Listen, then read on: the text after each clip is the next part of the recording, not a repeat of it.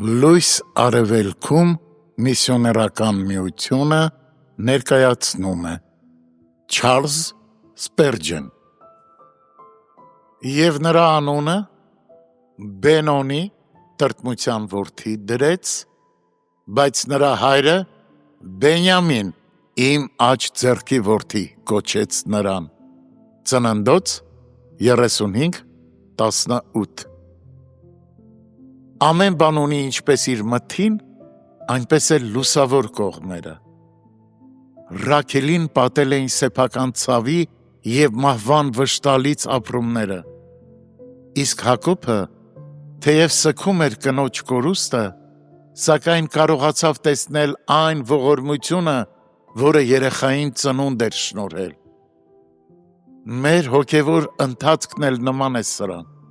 Թեև մարմինը սգում է փորձությունների համար,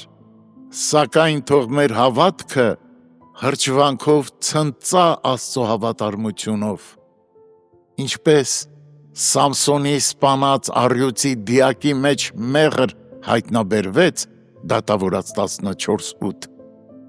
այնպես էլ մեր անհաջողությունների մեջ կհայտնաբերվի, եթե դրանք ճիշտ տեսանկյունից դիտարկենք։ Փոթորկալից ծովը բազում մարդկանց է կերակրում իր ձկներով, վայրի անտառները լցված են գեղանի ծաղիկներով, բուռն քամին մաքրում է օդը հիվանդություններից և կտրող սառնամանիքը հանգստացնում է հողը, մռայլ ամպերից մաքուր ջրի կաթիլներ են թափվում երկրի վրա, կյանք տալով զվարթ ծաղիկներին, չարի յուրաքանչյուր հանքահորից կարելի է բարի հանածոներ հանել։ Ինչևէ, տրտում սրտերը հակված են յուրօրինակ վարպետությամբ բացահայտելու, փորձությանը նայելու ամենաանբարենպաստ տեսանկյունը։ Եթե աշխարհում միայն մեկ ճահիճ լիներ, նրանք շուտով մինչև իրենց վիզը դրա մեջ կմխրճվեին,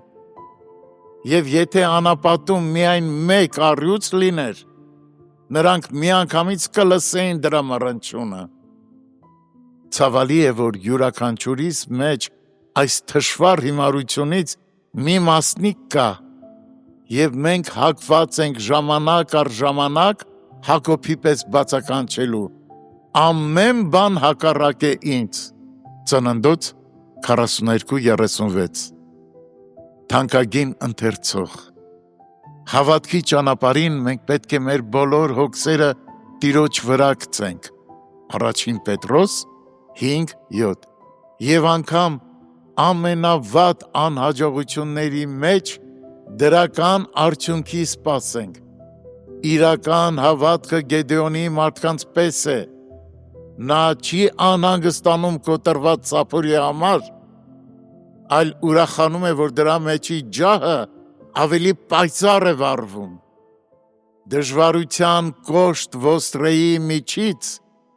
նա դուրս է բերում փառքի հազվագյուտ մարգարիտը, իսկ նեղության օվկիանոսի խորը քարանձավներից փորձառության անգին մարջանը։ Երբ նրա հաջողությունների և բարգավաճման գետը ցամաքում է, նա գտնում է ավազի մեջ թաքցրած գանձերը, իսկ երբ նրա ուրախության արևը մայր է մտնում, նա հույսով նայում է դեպի Աստծո խոստումների աստղազարդ երկինքը, իսկ երբ անձամբ մահն է հայտնվում, հավատքն իր հայացքը ուղղում է դեպի հարության լույսը, այդպիսով մեռնող Բենոնիին դարձնելով կենդանի Բենյամին։